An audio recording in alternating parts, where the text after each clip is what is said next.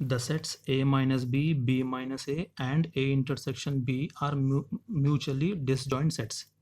Use examples to prove it.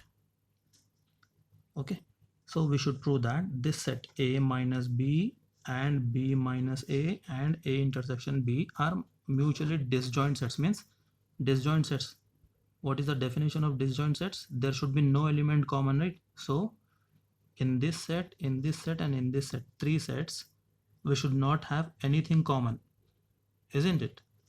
Let us see. We should use examples. Let A is equal to, let us take 1 2 3 4 5, and B is equal to, let us take 3 4 5 6, and C is equal to 6 7. Oh, there is no C, right? A minus B, B minus A and A intersection B. All right, only two sets. Now let us find A minus B first. So 1 2 3 4 5 minus B 3 4 5 6.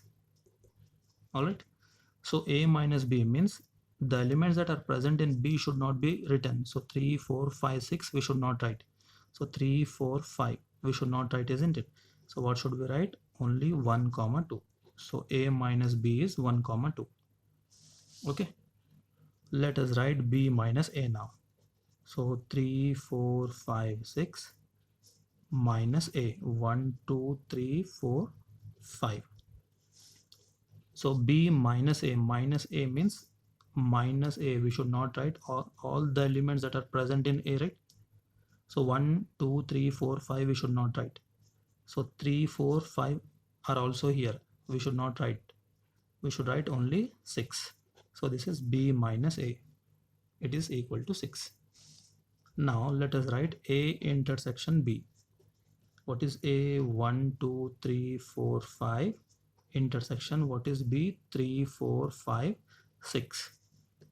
Intersection means the common elements, isn't it? So what are common? 3 4 5 3 4 5. So 3 4 5.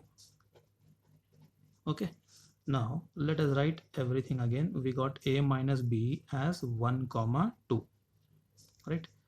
And B minus A as 6, and A intersection B as 3 4 5. We should prove that all these three sets are disjoint sets, isn't it? So are these three sets disjoint sets now? 1 2 6 3 4 5. No element is common, right? So hence the sets are disjoint sets. We needed to prove this only, isn't it?